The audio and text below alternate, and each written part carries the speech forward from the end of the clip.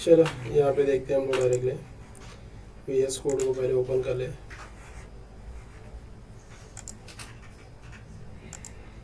इसमें ही है sir, assignment close करो, आ जाएगा जावास्क्रिप्ट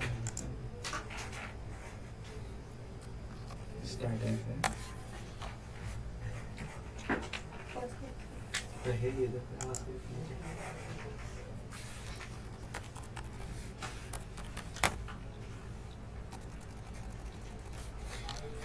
लास्ट हमने 3 सेशन कंप्लीट किया है, वो या 3 सेशन कंप्लीट में भी तीसरा सेशन आज हमारा रहेगा। ओके, जिसमें से हमने फर्स्ट सेशन में थोड़ा सा ओवर भी ले लेते हैं। इंट्रोडक्शन हमने JS देखा था, उसके बाद हमने टाइप्स ऑफ GS देखा था, उसके बाद हमने कमेंट्स देख लिया था डायरेक्टली, उसके बाद हमने वेरिएबल समझा था क्या हुआ था, वेरिएबल देख लिया था, और डेटा टाइप्स हमने पढ़ा था। ओके, ये लास्ट सेशन में हमने किया था। और एक हमने पढ़ा था गूगल कंसोल के बारे में भी हमने लास्ट सेशन में पढ़ लिया था। ओके, तो ये हमने लास्ट सेशन में कवर अप किया था। आज जो हम लोग सेशन में कवर करने वाले हैं जो है ऑपरेटर्स हम लोग पढ़ेंगे। ऑपरेटर्स कितने टाइप्स के होते हैं वो पढ़ेंगे। उसके बाद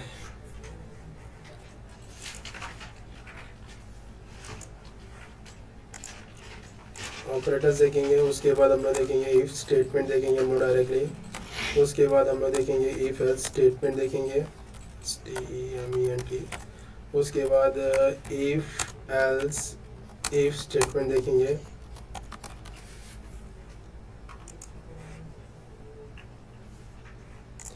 STAT स्टेटमेंट,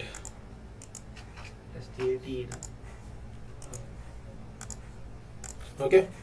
तो ये कुछ चीज़ें हम लोग पढ़ने वाले हैं। तो पहले ऑपरेटर्स में कितने ऑपरेटर्स है वो जान लेते हैं। तो उसमें से फर्स्ट आता है डायरेक्टली तुम्हारा असाइनमेंट ऑपरेटर आता है।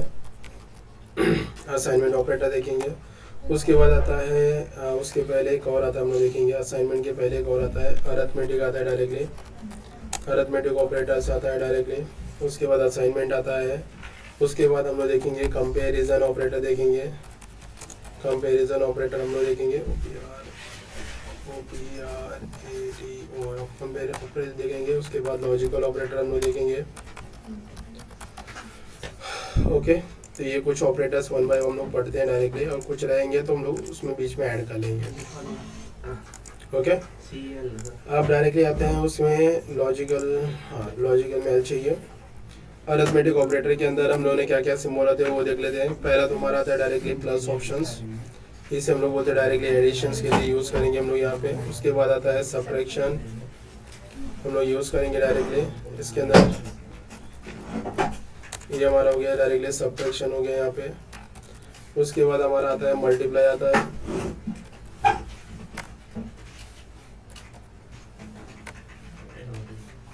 मल्टीप्लिकेशन देखेंगे,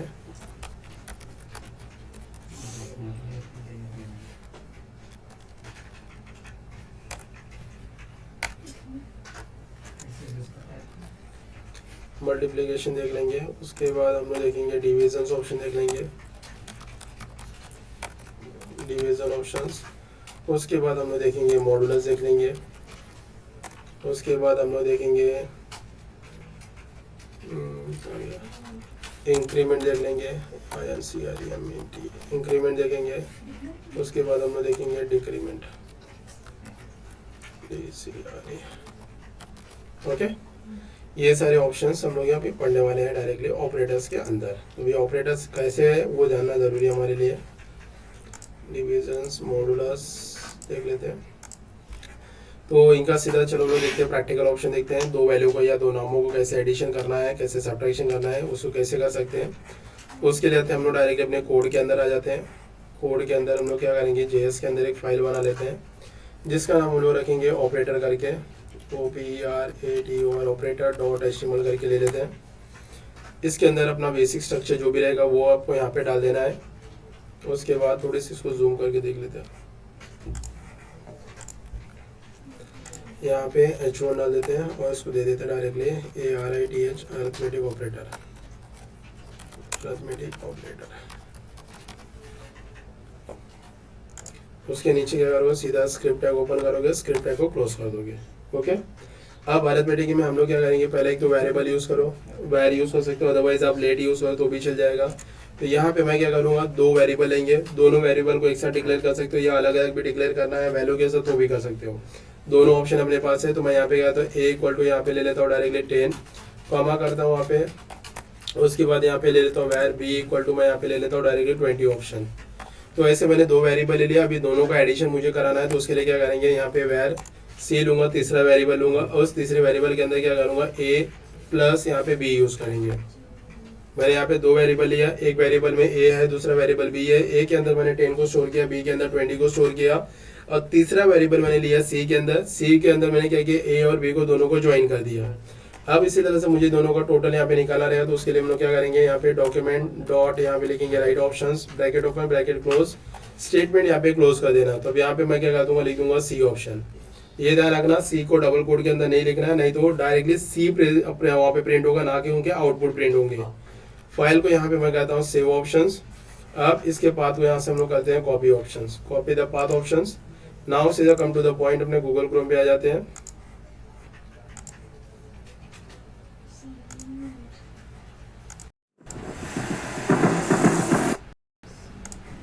यहाँ पे इसको पेस्ट कर दिया और इंटर कर दिया, तो देखिए यहाँ पे अपने को टोटल आ गया डायरेक्टली 30 आंसर आ गया।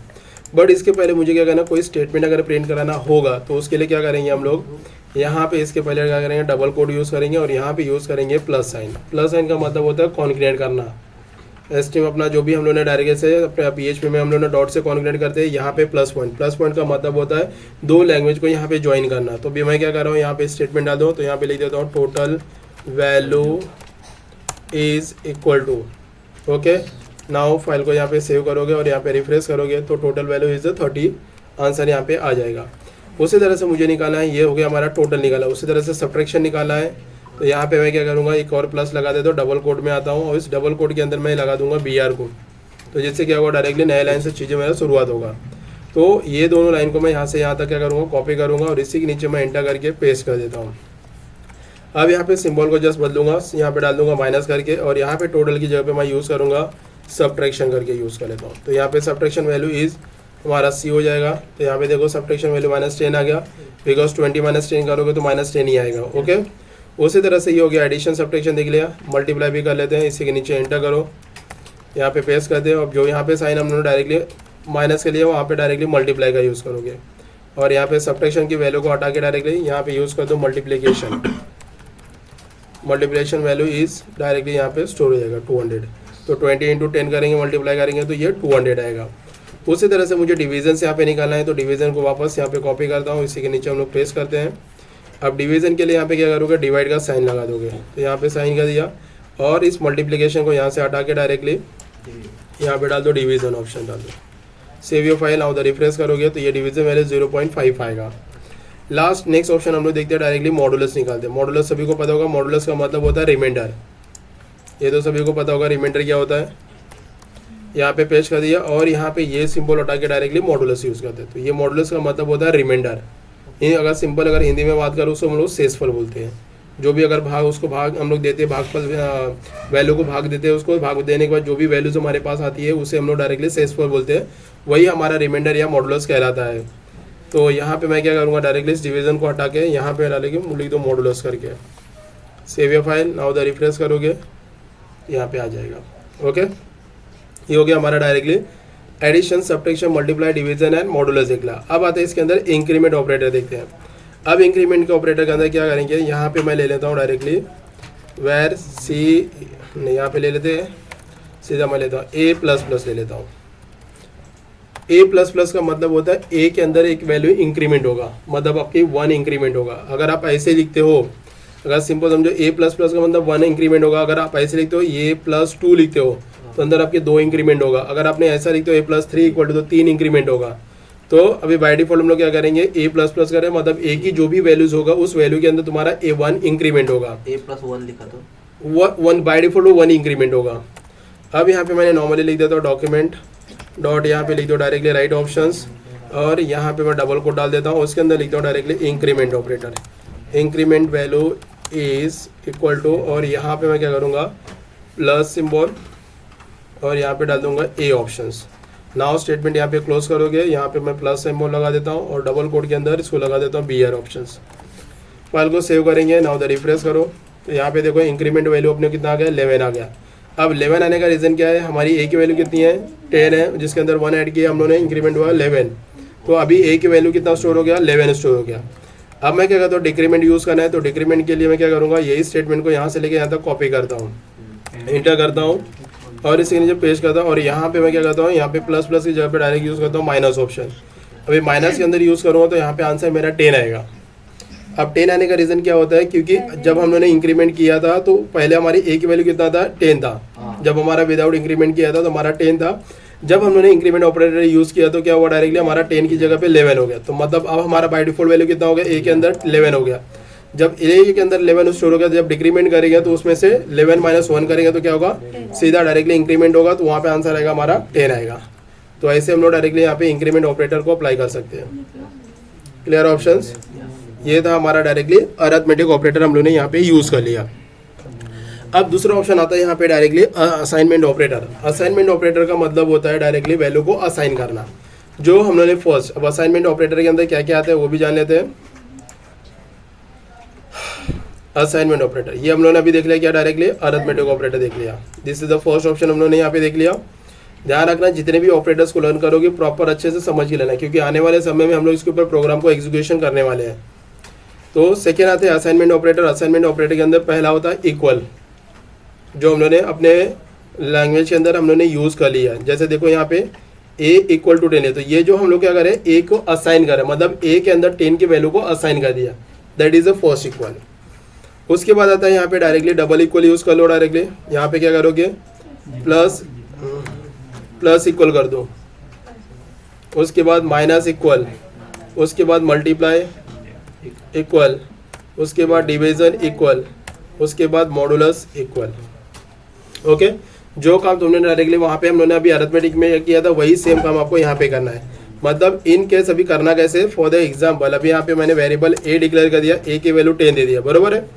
अब इसके नीचे मैंने दिखना है प्लस इक्वल देना है। तो प्लस इक्वल का मतलब क्या होता है, ए इक्वल टू, यहाँ पे ए प्लस इक्वल, यहाँ पे दूसरी कोई वैल्यू अगर डालना है आप डायरेक्टली वैल्यू को डाल सकते हो, या भी कोई भी वेरिएबल डिक्लेयर किया उसकी भी वैल्यू ले सकते हो। तो मैंने यहाँ पे समझो बी ले लेता हूँ और ऊपर मैं क्या करता हूँ, वेरिएबल बी ले लेता हूँ, बी के अंदर 20 डाल देता हूँ, बरोबर है। अब आंसर क्या आएगा, A plus equal to B. इसका मतलब क्या होता है, A equal to A plus B होता है, बरोबर है। ए प्लस बी होता है डायरेक्टली यहाँ पे। तो मतलब कितना स्टोर हो गया, ए इक्वल टू, ए की वैल्यू कितना था, 10 था, प्लस बी की वैल्यू कितना था हमारा 20 है। तो अभी ए के अंदर कितना स्टोर हो गया हमारा 30। समझ में आया, मतलब सेम वर्क करता है अरिथमेटिक की तरह, बट इसका लिखने का जो तरीका होता है ये ऑप्शंस होता है। ओके, जिसमें से हम लोग एक एग्जांपल यहाँ पे देख लेते हैं। डायरेक्टली कोड के अंदर आते हैं। अब इस कोड के अंदर मैं क्या करूँगा, यहीं पे ऊपर वाला जो कोड है उसको ले लेता हूँ। अब यहाँ पे मैं सिंपल ले लेता हूँ, डायरेक्ट बी आर यूज़ किया। तो यहाँ पे क्या करूँगा, ए यहाँ पे सिंबल होगा प्लस इक्वल, यहाँ पे लगा देता हूँ बी। ओके, जो स्टेटमेंट हम लोगों ने किया वही स्टेटमेंट लिया हुआ है। यहाँ पे लगा दो सीधा डायरेक्टली डॉक्यूमेंट, यहाँ पे लिख दो directly right options, bracket open close किया, स्टेटमेंट यहाँ पे क्लोज कर देना है। तो यहाँ पे मैं करूँगा डायरेक्टली असाइनमेंट वैल्यू ले लेता हूँ, assignment value is equal to ले लिया। यहाँ पे लोगों डायरेक्टली प्लस सिंबल, यहाँ पे ए को डिक्लेयर किया तो सीधा क्या आएगा, ए आएगा। यहाँ पे प्लस डबल कोड के अंदर क्या करेंगे हम लोग, बी आर टैग यूज़ करेंगे। Now save the file, refresh करते हैं यहाँ पे। तो यहाँ पे क्या आएगा आंसर 30 आया। अब 30 आने का रीज़न क्या हुआ, क्योंकि ए की वैल्यू कितना 10 है, यहाँ पे बी की वैल्यू 20 है। तो हम लोग क्या करेंगे, A equal to A plus B, मतलब 10 + 20 मतलब 30 आ गया। जैसे हमारा डायरेक्टली फर्स्ट ऑप्शन यहाँ पे आ रहा था, same as it is work वहाँ पे करेगा। तो बाकी के जो भी ऑपरेटर्स है इसके अंदर दिया हुआ है, जैसे मैंने यहाँ पे सेकेंड ऑप्शन बताया, minus, multiply, division and modulus, ये एक बार आप लोग ट्राई कर लेना। मैंने प्लस वाला दिखा दिया, तो ये 4 ऑप्शन आपको अप्लाई करना है। इतना समझ में आया। अब नेक्स्ट ऑप्शन आता है directly comparison operator. Comparison operator का मतलब होता है कंपेयरिंग करना। कंपेयरिंग दो वैल्यू के बीच में हो सकता है, 2 पर्सन के बीच में हो सकता है, 2 प्लेसेस के बीच में हो सकता है, मतलब 2 लोगों के बीच में अपने को कंपेयर करना। ओके, तो जिसमें से पहला ऑप्शन आता है डबल इक्वल। डबल इक्वल का मतलब होता है लेफ्ट साइड की वैल्यू राइट साइड की वैल्यू अगर इक्वल है देन आंसर आपको ट्रू आएगा, अदरवाइज फॉल्स आएगा। ओके, दूसरा आता है डायरेक्टली ट्रिपल इक्वल आता है। ट्रिपल इक्वल में क्या होता है, पहले लेफ्ट साइड की वैल्यू और राइट साइड की वैल्यू पहले चेक करेगा दोनों बराबर है या नहीं है, पहला। दूसरा चीज इसमें चेक करेगा कि लेफ्ट साइड का और राइट साइड का डेटा टाइप दोनों सेम है कि नहीं है, ध्यान रखना। यस डबल इक्वल में क्या होगा, लेफ्ट साइड की वैल्यू और राइट साइड की वैल्यू के साथ मैच करेगा। ओके, पहला कंडीशन चेक करेगा, अगर सही हुआ तो answer will be the true, otherwise false आएगा। ट्रिपल इक्वल में क्या होगा कि लेफ्ट साइड की वैल्यू और राइट साइड की वैल्यू पहले चेक करेगा कि दोनों बराबर है कि नहीं, द पहला कंडीशन। दूसरा कंडीशन चेक करेगा कि दोनों का डेटा टाइप सेम है कि नहीं है। आप समझो, एग्जांपल यहाँ पे समझते हैं, यहाँ पे इसके ऊपर ही ले लेते हैं हम लोग, इसको नीचे ले लेते हैं। अब example where a equal to हम लोगों ने 10 ले लिया, बरोबर है। अब where equal to b equal to भी मैंने यहाँ पे 10 ले लिया। अब डबल इक्वल में क्या होगा, दोनों की वैल्यू सेम है तो आंसर विल बी ट्रू हो गया। अब समझो मैंने इसको डबल कोट में डाला, अब डबल कोट डालने का मतलब क्या हुआ, स्ट्रिंग हो गया। अब a की वैल्यू भी 10 है, b की वैल्यू भी 10 है, दोनों की वैल्यू सेम है, बराबर है। दूसरे वाले के लिए ध्यान है ना, ट्रिपल इक्वल में बस दोनों का डेटा टाइप सेम है नहीं, पहले का डेटा टाइप क्या है नंबर, दूसरे का क्या है स्ट्रिंग, तो यहाँ पे फॉल्स हो जाएगा। अगर यहाँ पे भी नंबर है और ऊपर वाला भी नंबर है, दोनों का डेटा टाइप सेम हुआ, दोनों की वैल्यू सेम हुई, तो आंसर क्या आएगा, ट्रू आएगा। समझा। उसके बाद आता है डायरेक्टली नॉट इक्वल। अरे यार, नॉट इक्वल मतलब उसके बराबर नहीं होना चाहिए। समझो a की वैल्यू 10 है तो b की वैल्यू 10 है, तो यहाँ पे अगर इसको 20 डालता हूँ तो ये नॉट होगा। तब नॉट इक्वल जो मतलब उसके बराबर नहीं हुआ तो आंसर क्या आएगा, ट्रू। अगर बराबर हुआ तो फॉल्स आएगा। उसके बाद आता है डायरेक्टली ग्रेटर देन, वैल्यू बड़ी होनी चाहिए, less than, greater equal to and less equal to. तो ये कंपैरिजन ऑपरेटर के सिंबल्स है जो हम यूज करें। किसका ग्रेटर देन इक्वल टू का मतलब होता है, मैंने बोला कि भाई कि जो भी तुझे वैल्यू प्रिंट करना है वो अगर सिर्फ मैं इक्वल लिखूंगा तो वो 10 तक प्रिंट करेगा। ग्रेटर बोलता हूं तो ये 9 तक प्रिंट करेगा। ग्रेटर इक्वल टू बोला तो मतलब वो ग्रेटर मतलब 10 के अंदर अंदर होना चाहिए और 10 के बराबर होना चाहिए, तो वो दोनों प्रिंट करेगा। तो चलो इसके एक छोटा सा एग्जांपल हम लोग देख लेते हैं। यहीं पे कोडिंग के अंदर आते हैं। अब इसी के अंदर मैं थोड़ा ऊपर ही ले लेता हूँ, इन सभी को मैं करता हूँ कमेंट ऑप्शंस, फिलहाल के लिए करता हूँ कमेंट ऑप्शंस। अब इसी के नीचे आते हैं, बरोबर। यहाँ पे मैं सीधा लिखता हूँ डॉक्यूमेंट डॉट राइट, यहाँ पे आते हैं। अब यहाँ पे पहले a इक्वल टू b ले लेते हैं, स्टेटमेंट यहाँ पे क्लोज करते हैं। नाउ सेव दी फाइल, और यहाँ पे चेक करते हैं आगे आउटपुट हमारा। यहाँ पे आते हैं, क्या आया, फॉल्स आया। क्यों फॉल्स आया, बिकॉज दोनों की वैल्यू क्या हुआ, डिफरेंट है। अब इसको मैं यहाँ पे 10 करता हूँ, नाउ द आंसर ट्रू आ गया। क्यों, बिकॉज दोनों की लेफ्ट साइड की वैल्यू राइट साइड की वैल्यू सेम है, बरोबर है। अब समझो डायरेक्टली मैं यहाँ पे ट्रिपल, अब यहाँ पे क्या करता हूँ, पहले चेंज करता हूँ 20 रखता हूँ, और यहाँ पे क्या करता हूँ, एक इक्वल और बढ़ाता हूँ। फाइल को सेव करो, फॉल्स आया। अब दोनों की वैल्यू भी यहाँ पे क्या करता हूँ, 10 करता हूँ, फाइल सेव करते हैं, आंसर क्या आएगा, ट्रू आएगा। अब दोनों का डेटा टाइप डिफरेंट रखते हैं, यहाँ पे डबल इक्वल रखा और यहाँ पे double equal. Now save the file, refresh here, false. Why false, because ऊपर वाले का स्ट्रिंग डेटा टाइप क्या है, मेरा नंबर है, दूसरे का क्या है, डेटा स्ट्रिंग है। यहाँ पे दोनों का डेटा टाइप डिफरेंट है बट वैल्यू क्या है, सेम है, इसी की वजह से वो ऑप्शंस आ रहा है। सर नुसतं इक्वल टू वापरला आणि असं केलं तर मग false फक्त आहे. नाही फॉल्स नाही, तो असाइन केलेला सर आपल्याला जे स्टार्टिंग हा जे आहे असाइनमेंट ऑपरेटर झाला, पण आपल्याला कंपॅरिझन ऑपरेटर मध्ये काय झालं, डायरेक्टली डबल इक्वल या ट्रिपल इक्वल वापरतात। ये मोस्टली कब यूज करना, जब हम लोग डायरेक्टली फॉर्म बना रहे हैं, फॉर्म के अंदर हम लोग इनपुट लिखते हैं ना, first name second name last name लिखते हैं, तो वहां पे क्या होता है कि एरर बताना होगा कि भाई अगर ये बरोबर नाम डाला तो ही अपने को एक्सेप्ट करे, अदरवाइज रॉन्ग होना चाहिए। तो उस जगह पे ऐसी कंडीशन को यूटिलाइजेशन की जाती है, डबल इक्वल ट्रिपल इक्वल। तो यही बोला कि ऑपरेटर बरोबर आपको समझ में आना चाहिए। ये ऑपरेटर जो हम लोग पढ़े ये सेम पीएचपी में भी पढ़ेंगे, बट पीएचपी में सिंटेक्स बदलेगा, ये ध्यान है। यहाँ पे हम लोग क्या करें, डॉक्यूमेंट डॉट राइट यूज करें, वहां पे हम लोग इको यूज करेंगे। फर्क इतना ही होगा, पढ़ हम लोग वही रहे, दोनों के लैंग्वेज में डिफरेंट कुछ नहीं है। पढ़ने का तरीका है, किसी में कम होगा किसी में ज्यादा होने वाला है। तो ये हो गया हमारा डायरेक्टली सेकेंड ऑप्शन हम लोग ने देख लिया। तीसरा ऑप्शन हम लोग देखते हैं डायरेक्टली ग्रेटर का। अब यहाँ पे मैं ग्रेटर लगाता हूँ, फाइल को सेव करता हूँ, और यहाँ पे मैं करता हूँ 20 options. Save the file, refresh करो, फॉल्स आया। क्यों फॉल्स आया, बिकॉज ए की वैल्यू 10 है, बी की वैल्यू कितना है, 20 है। तो यहाँ पे 10 ग्रेटर 20 हुआ, तो ये वैल्यू छोटा हुआ, इसलिए फॉल्स हो गया। अब इसको अगर मैं यहाँ पे 30 करता हूँ तो क्या होगा, ट्रू हो जाएगा, बिकॉज ये बड़ा हो गया। उसी तरह से अगर यहाँ पे मैं करता हूँ डायरेक्टली लेस ऑप्शंस, तो ये क्या होगा, डायरेक्टली फॉल्स हो जाएगा, बिकॉज ये छोटा नहीं बड़ा है यहाँ पे।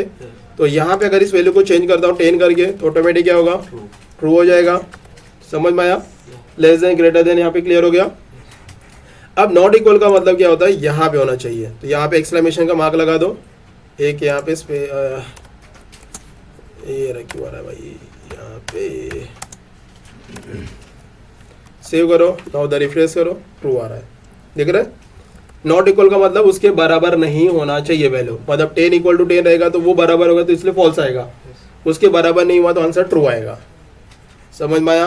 तो ये रहा तुम्हारा क्या, कंपैरिजन ऑपरेटर हम लोगों ने देख लिया है। अब आते हैं लॉजिकल ऑपरेटर। लॉजिकल ऑपरेटर हम लोगों ने एक्सेल में भी पढ़ते हैं और यहाँ पे भी पढ़ते हैं। तो लॉजिकल ऑपरेटर में पहला तो एंड सिंबल, इसे एंड ऑपरेटर बोलते हैं। दूसरा होता है डायरेक्टली आपका, इसे बोलते हैं और ऑपरेटर बोलते हैं, और इसे बोलते हैं नॉट ऑपरेटर बोलते हैं हम लोग। ओके, अब तो सुन लो ध्यान से। एंड ऑपरेटर में क्या होता है, लेफ्ट साइड की कंडीशन राइट साइड की कंडीशन दोनों बराबर होना चाहिए। पहला पॉइंट ध्यान रखना, लेफ्ट साइड की कंडीशन और राइट साइड की कंडीशन दोनों अगर ट्रू होगा तो आंसर ट्रू आएगा। अब लेफ्ट साइड की कंडीशन या राइट साइड की कंडीशन में कोई एक भी आंसर सही है और एक गलत है तो यहाँ पे आंसर फॉल्स आएगा। अगर दोनों ही कंडीशन फॉल्स है तो answer will B falls in the end operator के अंदर। बट और ऑपरेटर में क्या होगा, लेफ्ट साइड की वैल्यू राइट साइड की वैल्यू दोनों सही है तो आंसर ट्रू आएगा, दोनों में से एक भी सही है तो भी आंसर ट्रू आएगा, अगर दोनों फॉल्स है तो आंसर विल बी फॉल्स। समझ में आया? नॉट का तो पता चल गया, नॉट का मतलब इक्वल नहीं होना चाहिए। ओके, चलो अभी इसको भी देख लेते हैं। कोड में आते हैं, यहाँ पे कोड कहाँ गया अपने पास। ओके, अब इसको यहाँ पे हटाते हैं। यहाँ पे क्या लिखते हैं डायरेक्टली, हम इसको, मैं इसको कमेंट करता हूँ, यहाँ पे वेर एज डालते हैं हम लोग। ओके, एक एज ले लेते हैं और इसके एज दे देते हैं 18, बरोबर है। अब वोटिंग के लिए हमारा क्या होना चाहिए, एज कितना हो जाना चाहिए, 18 के ऊपर होगा तो ये एप्लीकेबल है हम लोग, अदरवाइज नहीं है। तो अब मैं क्या करता हूँ, यहाँ पे लिख दिया एज ग्रेटर, यहाँ पे डाला 18। अब यहाँ पे कंपैरिजन ऑपरेटर भी यूज कर रहा हूँ, यहाँ पे लिख देता हूँ ग्रेटर इक्वल टू, यहाँ पे स्पेस देता हूँ, यहाँ पे यूज करता हूँ एंड ऑपरेटर और यहाँ पे लिख दिया एज 21। डबल एंड लगेगा। अब क्या हुआ, मैंने क्या बोला, डॉक्यूमेंट डॉट के अंदर क्या लिखा directly, age greater equal to 18, यहाँ पे एंड ऑपरेटर यूज किया, एज लेस यहाँ पे लिखा 20 या लेस इक्वल टू भी लिख दो। मतलब अभी यहाँ पे क्या हो रहा है डायरेक्टली, इसके आगे अब ये कंडीशन सही है, ट्रू है हो रहा है।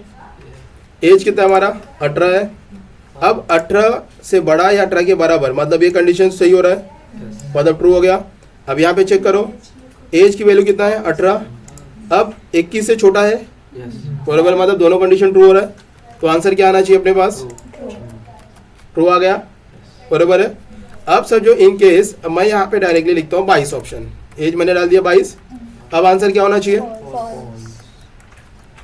क्यों फॉल्स हुआ, एक कंडीशन सही हो रहा है, दूसरा कंडीशन फॉल्स हो रहा है, इसलिए आंसर क्या हुआ, डायरेक्टली फॉल्स पे गया। बट यही चीज अगर मैं और में करता, यही चीज अगर मैं और में करता तो क्या होता, ट्रू होगा, दोनों में से एक सही हुआ एक गलत हुआ। अगर मैं दोनों यहाँ पे दोनों अगर सही होते हैं तो दोनों आंसर तो राइट आएंगे, ट्रू आएंगे, दोनों सही हुए तो इसलिए ट्रू आया, दोनों में से एक भी सही हुए तो भी ट्रू होगा, अदरवाइज ये क्या होगा, फॉल्स हो जाएगा। समझ में आया, क्लियर हो गया। चलो अब इसी को थोड़ा एक और तरीके से देखते हैं, इसको हम लोग क्या करेंगे, इफ स्टेटमेंट के थ्रू देखते हैं, इसके जरिए देखते हैं। ओके, कंडीशन वाइज देखते हैं हम लोग। अभी क्या करते हैं, इसको मैं हटा देता हूँ, इसको अनकमेंट कर देता हूँ डायरेक्टली, मैं कमेंट करता हूँ यहाँ पे। अब यहाँ पे कंडीशन डालता हूँ इफ का मतलब अगर, डाल दे यहाँ पे। अब यहाँ पे लिखता हूँ एज ग्रेटर इक्वल टू 18, यहाँ पे मैं एज डाल देता हूँ 19 करके डाल देता हूँ। ओके, यहाँ पे स्टेटमेंट डालेंगे, क्या लिखूंगा, स्टेटमेंट डॉक्यूमेंट डॉट राइट, यहाँ पे लिखूंगा स्टेटमेंट, पहले क्लोज कर दो, इसके अंदर आ जाओ डायरेक्टली डबल कोट के अंदर, यहाँ पे लिख दो you are eligible for voting, बरोबर। अब ऊपर ये वाला अगर कंडीशन ट्रू होता है तो ये स्टेटमेंट प्रिंट करेगा, नहीं तो नहीं प्रिंट करेगा। तो चेक करते हैं, एज की वैल्यू कितना दिया, 19 ग्रेटर इक्वल टू 18, ट्रू हो रहा है, तो आंसर क्या आना चाहिए, you are eligible for voting, statement आ गया, कंडीशन ट्रू हुआ इसकी वजह से। अब यही अगर फॉर्म हम लोग बनाते हैं, पीएचपी के थ्रू से फॉर्म बनाता है, तो हम लोग क्या करेंगे, कंडीशन यहाँ पे डालेंगे। तो यहाँ पे क्या लिखेंगे, नेम वेरिएबल डिक्लेयर हो गया, तो यहाँ पे मैं क्या करूंगा, सीधा ये ऑप्शन को हटाऊंगा, यहाँ पे लिखूंगा इक्वल और यहाँ पे हटाता हूँ डायरेक्टली 18। अब क्या हुआ, इक्वल हो गया। यहाँ पे क्या करेंगे, डबल डाल देता हूँ। तो इसमें मैंने क्या बताया था, डबल इक्वल में दोनों की वैल्यू सेम होना चाहिए। अगर तुम उसके अंदर नेम डाल रहे हो और यहाँ पे भी नेम बरोबर है तो दोनों का बरोबर सिमिलर हुआ तो अपना एक्सेप्ट करेगा डेटा। अगर डिफरेंट हुआ तो क्या करेगा, एक्सेप्ट नहीं करेगा। ये कंडीशन लगा रहे फॉर्म वाइज भी। फॉर्म वैलिडेशन के समय पे जब हम लोग मालूम है जीमेल का अकाउंट फॉर्म फिलअप करते हैं तो अगर वहाँ पे गलत होता है तो तुम लोगों को नीचे रेड कलर में मिस आता है, एरर आता है। तो वही कंडीशन इसी तरीके से सोचना है।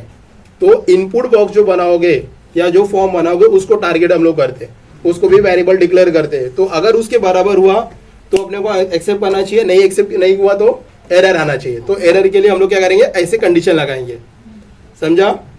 अब यहाँ पे एक और कंडीशन लगाते हैं, सेव करता हूँ, पहले आउटपुट देखते हैं। तो अभी भी बरोबर आ रहा है। अब अगर इनकेस अगर ये सही नहीं होता है, अगर कंडीशन फॉल्स में जाता है तो उस जगह पे हम क्या करेंगे, एल्स प्रॉपर्टी लगाएंगे। क्या लगेगा, एल्स प्रॉपर्टी लग जाएगा। उसके अंदर भी हम एक स्टेटमेंट डालेंगे, यहाँ पे डॉक्यूमेंट डॉट राइट लगेंगे और यहाँ पे लिखेंगे, यहाँ पे लिख देता हूँ you are not eligible for ओटी, बरोबर। अगर वो कंडीशन सही होता है, ऊपर वाला अगर कंडीशन सही होता है देन यू आर एलिजिबल, अगर नहीं हुआ तो यहाँ पे आएगा। तो चलो देखते हैं, तो एलिजिबल है, बरोबर है। अब यहाँ पे मैं बढ़ाता हूँ 22। अब देखो कंडीशन की वजह से ये काम करता है, समझ में आया, इतना क्लियर हो गया। तो हम लोगों ने क्या देख लिया, इफ स्टेटमेंट भी देख लिया और इफ एल्स भी देख लिया हम लोग ने। इफ एल्स नेक्स्ट लेक्चर में देखेंगे और लॉजिकल ऑपरेटर को भी हम लोगों ने देख लिया, लॉजिकल ऑपरेटर देख लिया है। ओके, तो नेक्स्ट सेशन में इफ एल्स स्टेटमेंट देखेंगे, स्विच ऑपरेटर देखेंगे और जो भी नेक्स्ट हमारे ऑपरेटर्स होंगे वो भी देखेंगे। क्लियर, चलो।